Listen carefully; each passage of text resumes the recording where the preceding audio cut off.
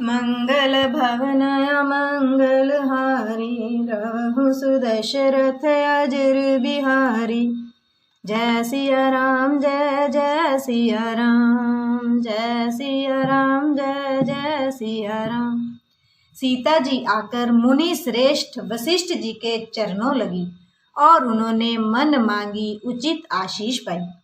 फिर मुनियों की स्त्रियों सहित गुरु पत्नी अरुदंती जी से मिली। उनका जितना प्रेम था वह कहा नहीं जाता।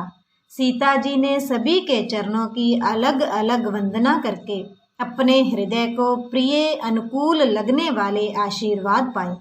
जब सुकुमारी सीता जी ने सब सासुओं को देखा तब उन्होंने सहम कर अपनी आंखें बंद कर ली। सासुओं की बुरी दशा देखकर उन्हें ऐसा प्रतीत हुआ मानो राजहंसनियां बधिक के वश में पड़ गई हों। मन में सोचने लगी कि कुचाली विधाता ने क्या कर डाला। उन्होंने भी सीता जी को देखकर बड़ा दुख पाया। सोचा जो कुछ दैव सुहावे वह सब सहना ही पड़ता है। तब जानकी जी हृदय में धीरज धरकर नील कमल के समान नेत्रों में जल भरकर सब सासुओं से जाकर मिली। उस समय पृथ्वी पर करुण रस छा गई।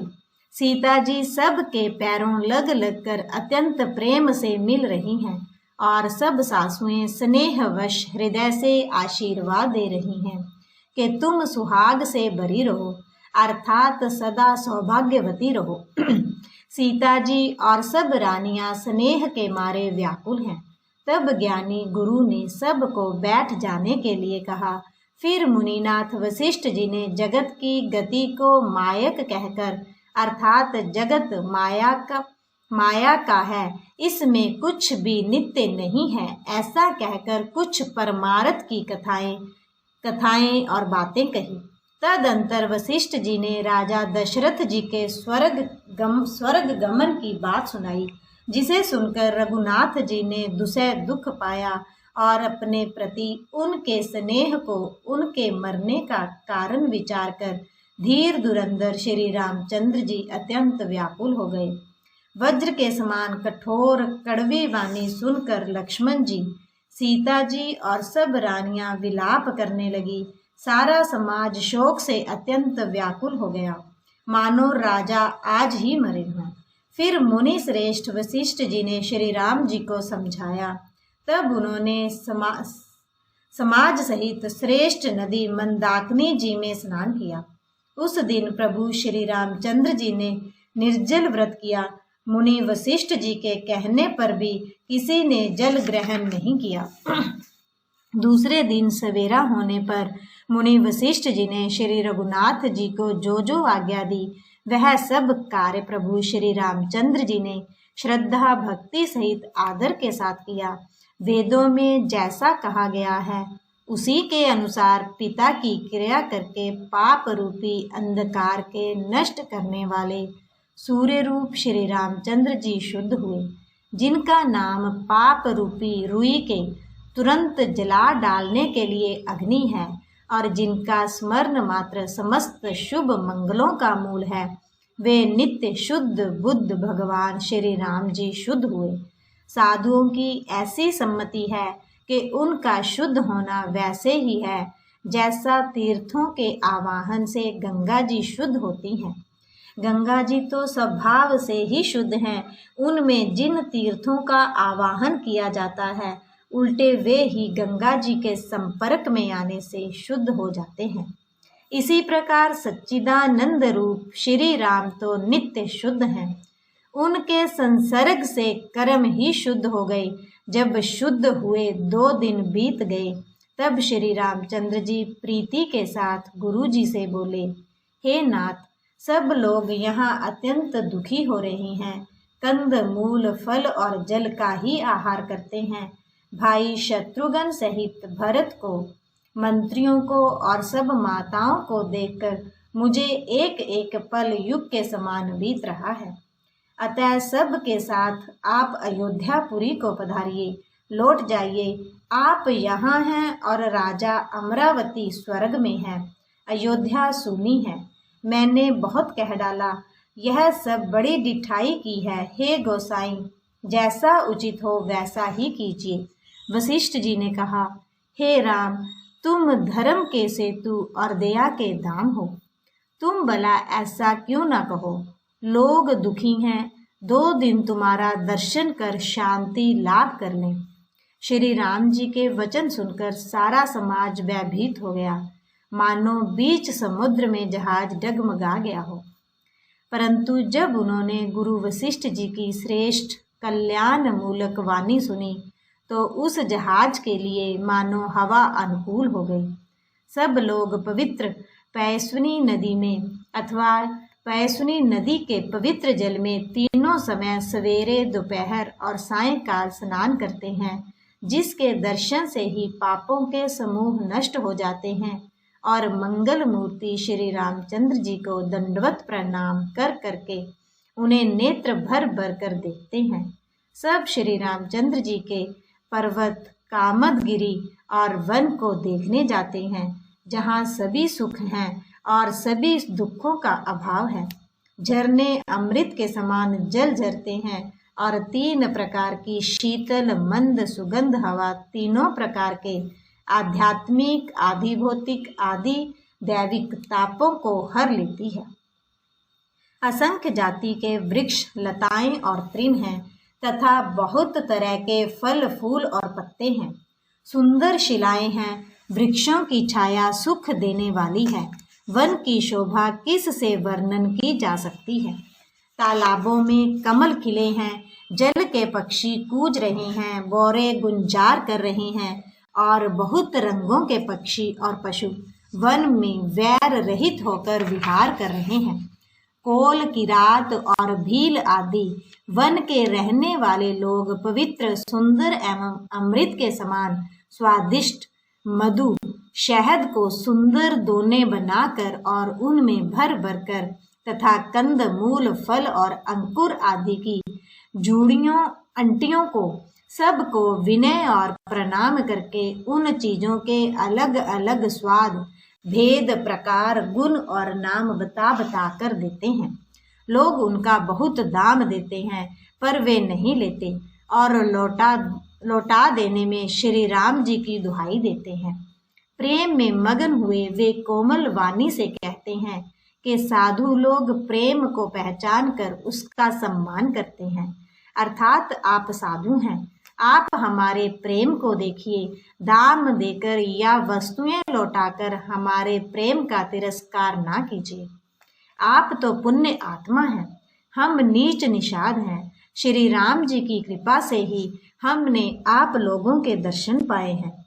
हम लोगों को आपके दर्शन बड़े ही दुर्लभ हैं, जैसे मरुभूमि के लिए गंगा जी की धारा दुर्लभ है। देखिए, कृपालु श्री रामचंद्र जी ने निषाद पर कैसी कृपा की है।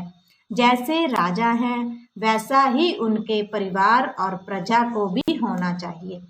हृदय में ऐसा जानकर संकोच छोड़कर और हमारा प्रेम देखकर कृपा कीजिए और हमको कृतार्थ करने के लिए ही फल, तृण और अंकुर लीजिए। आप प्रिय पाहुने वन में पधारे हैं। आपकी सेवा करने के योग्य हमारे भाग्य नहीं हैं। हे स्वामी, हम आपको क्या देंगे। बीलों की मित्रता तो बस ईंधन, लकड़ी और पत्तों ही तक है। हमारी तो यही बड़ी भारी सेवा है कि हम आपके कपड़े और बर्तन नहीं चुरा लेते। हम लोग जड़ जीव हैं, जीवों की हिंसा करने वाले हैं, कुटिल, कुचाली, कुबुद्धि और कुजाति हैं। हमारे दिन रात पाप करते ही बीतते हैं, तो भी ना तो हमारी कमर में कपड़ा है और ना पेट ही भरते हैं। हमने स्वप्न में भी कभी धर्म बुद्धि कैसी। यह सब तो श्री रघुनाथ जी के दर्शन का प्रभाव है। जब से प्रभु के चरण कमल देखे तब से हमारे दूसरे दुख और दोष मिट गए। वनवासियों के वचन सुनकर अयोध्या के लोग प्रेम में भर गए और उनके भाग्य की सराहना करने लगे। सब उनके भाग्य की सराहना करने लगे और प्रेम के वचन सुनाने लगे। उन लोगों के बोलने और मिलने का ढंग तथा श्री सीताराम जी के चरणों में उनका प्रेम देकर सब सुख पा रहे हैं।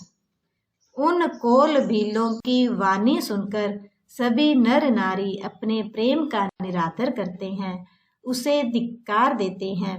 तुलसीदास जी कहते हैं कि यह रघुवंश मणि श्री रामचंद्र जी की कृपा है कि लोहा नौका को अपने ऊपर लेकर तैर गया। सब लोग दिनों दिन परम आनंदित हुए वन में चारों ओर विचरते हैं। जैसे पहली वर्षा के जल से मेंढक और मोर मोटे हो जाते हैं, प्रसन्न होकर नाचते कूदते हैं। अयोध्यापुरी के पुरुष और स्त्री सभी प्रेम में अत्यंत मगन हो रहे हैं। उनके दिन फल के समान बीत जाते हैं। जितनी सासुएं थीं उतने ही वेश रूप बनाकर सीता जी सब सासुओं की आदरपूर्वक एक सी सेवा करती हैं। श्री रामचंद्र जी के सिवा इस भेद को और किसी ने नहीं जाना। सब मायाएं पराशक्ति महामाया श्री सीता जी की माया में ही है। सीता जी ने सासुओं को सेवा से वश में कर लिया। उन्होंने सुख पाकर सीख और आशीर्वाद दिए।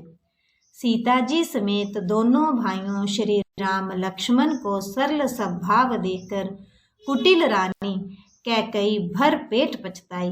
वह पृथ्वी तथा यमराज से याचना करती हैं, किंतु धरती बीच फटकर समा जाने के लिए रास्ता नहीं देती और विधाता मौत नहीं देता। लोक और वेद में प्रसिद्ध है और कवि ज्ञानी भी कहते हैं कि जो श्री राम जी से विमुख हैं उन्हें नरक में भी ठौर नहीं मिलती। सबके मन में यह संदेह हो रहा था कि हे विधाता, श्री रामचंद्र जी का अयोध्या जाना होगा या नहीं। भरत जी को तो न तो रात को नींद आती है, न दिन में भूख ही लगती है। वे पवित्र सोच में ऐसे विकल हैं जैसे नीचे के कीचड़ में डूबी हुई मछली को जल की कमी से व्याकुलता होती है। भरत जी सोचते हैं कि माता के मिस से मिलने से काल ने कुचाल की है। जैसे धान के पकते समय ईति का भय आ उपस्थित हो, अब श्री रामचंद्र जी का राज्याभिषेक किस प्रकार हो। मुझे तो एक भी उपाय नहीं सूझ पड़ता। गुरु जी की आज्ञा मानकर तो श्री राम जी अवश्य ही अयोध्या को लौट चलेंगे, परंतु मुनि वशिष्ठ जी तो श्री रामचंद्र जी की रुचि जानकर ही कुछ कहेंगे। अर्थात वे श्री राम जी की रुचि देखे बिना जाने को नहीं कहेंगे। माता कौशल्या जी के कहने से भी श्री रघुनाथ जी लौट सकते हैं, पर भला श्री राम जी को जन्म देने वाली माता क्या कभी हठ करेगी। मुझ सेवक की तो बात ही कितनी है, उसमें भी समय खराब है। मेरे दिन अच्छे नहीं हैं और विधाता प्रतिकूल है। यदि मैं हठ करता हूँ तो यह घोर कुकर्म अधर्म होगा, क्योंकि सेवक का धर्म शिवजी के पर्वत कैलाश से भी भारी निभाने में कठिन है। एक भी युक्ति भरत जी के मन में न ठहरी। सोचते ही सोचते रात बीत गई। भरत जी प्रातःकाल स्नान करके और प्रभु श्री रामचंद्र जी को सिर नवाकर बैठे ही थे कि ऋषि वशिष्ठ जी ने उनको बुलवा भेजा। भरत जी गुरु के चरण कमलों में प्रणाम करके आज्ञा पाकर बैठ गए। उसी समय ब्राह्मण, महाजन, मंत्री आदि सभी सभासद आकर जुट गए।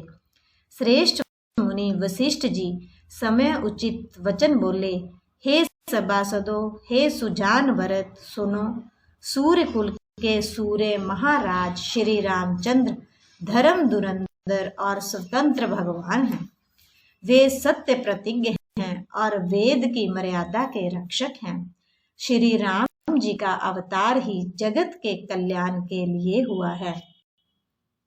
वे गुरु, पिता और माता के वचनों के अनुसार चलने वाले हैं।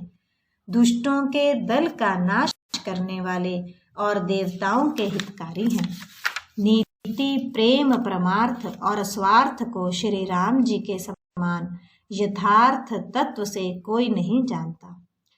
ब्रह्मा, विष्णु, महादेव, चंद्र, सूर्य, दिक्पाल, माया, जीव, सभी कर्म और काल, शेष जी और पृथ्वी एवं पाताल के अन्याय, राजा आदि जहाँ तक प्रभुता है, और योग की सिद्धियां जो वेद और शास्त्रों में गाई गई हैं, हृदय में अच्छी तरह विचार कर देखो तो यह स्पष्ट दिखाई देगा कि श्री राम जी की आज्ञा इन सभी के सिर पर है, अर्थात श्री राम जी ही सबके एकमात्र महान महेश्वर हैं।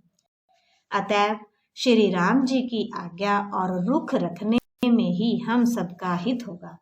इस तत्व और रहस्य को समझकर अब तुम सयाने लोग जो सबको सम्मत हो वही मिलकर करो। श्री राम जी का राज्याभिषेक सबके लिए सुखदायक है। मंगल और आनंद का मूल यही एक मार्ग है। अब श्री रघुनाथ जी अयोध्या किस प्रकार चले, विचार कर कहो, वही उपाय किया जाए। मुनि श्रेष्ठ वशिष्ठ जी की नीति, परमार्थ और स्वार्थ, लौकिक हित में सनी हुई वाणी सब ने आदर पूर्वक सुनी, पर किसी को कोई उत्तर नहीं आता। सब लोग बोले, विचार शक्ति से रहित हो गए। तब भरत ने सिर नवाकर हाथ जोड़े और कहा, सूर्य वंश में एक से एक अधिक बड़े बहुत से राजा हो गए हैं। सभी के जन्म के कारण पिता माता होते हैं और शुभ अशुभ कर्मों का फल विधाता देते हैं। आपकी आशीष ही एक ऐसी है जो दुखों का दमन करके समस्त कल्याणों को सज देती है। यह जगत जानता है। हे स्वामी, आप वही हैं जिन्होंने विधाता की गति विधान को भी रोक दिया। आपने जो टेक दी, जो निश्चय कर दिया, उसे कौन टाल सकता है। अब आप मुझसे उपाय पूछते हैं, यह सब मेरा अभाग्य है। भरत जी के प्रेम में वचनों को सुनकर गुरु जी के हृदय में प्रेम उमड़ आया। वे बोले, हे तात, बात सत्य है, पर है राम जी की कृपा से ही। राम विमुख को तो स्वप्न में भी सिद्धि नहीं मिलती। हे तात, मैं एक बात कहने में सकुचाता हूँ। बुद्धिमान लोग सर्वस्व जाता देखकर आधे की रक्षा के लिए आधा छोड़ दिया करते हैं। अतः तुम दोनों भाई भरत शत्रुघ्न वन को जाओ और लक्ष्मण, सीता और श्री रामचंद्र को लौटा दिया जाए। ये सुंदर वचन सुनकर दोनों भाई हर्षित हो गए। उनके सारे अंग परमानंद से परिपूर्ण हो गए। उनके मन प्रसन्न हो गए। शरीर में तेज सुशोभित हो गया, मानो राजा दशरथ जी उठे हों और श्री रामचंद्र जी राजा हो गए हों। अन्य लोगों को तो इसमें लाभ अधिक और हानि कम प्रतीत हुई, परंतु रानियों को दुख सुख समान ही थे। राम लक्ष्मण वन में रहे या भरत शत्रुघ्न, दो पुत्रों का वियोग तो रहेगा ही। यह समझकर वे सब रोने लगे। भरत जी कहने लगे, मुनि ने जो कहा वह करने से जगत भर के जीवों को उनकी इच्छित वस्तु देने का फल होगा। 14 वर्ष की कोई अवधि नहीं, मैं जन्म भर वन में वास करूंगा। मेरे लिए इससे बढ़कर और कोई सुख नहीं है। श्री रामचंद्र जी और सीता जी हृदय के जानने वाले हैं और आप सर्वज्ञ तथा सुजान हैं। यदि आप यह सत्य कह रहे हैं तो हे नाथ, अपने वचनों को प्रमाण कीजिए, उनके अनुसार व्यवस्था कीजिए। मेरे प्रभु राम जय जय राम, मेरे मन बस जाओ सीताराम। मंगल भवन अमंगलहारी, द्रवहु सुदशरथ अजर बिहारी। जय सिया राम जय जय सिया राम, जय सिया राम जय जय सिया राम।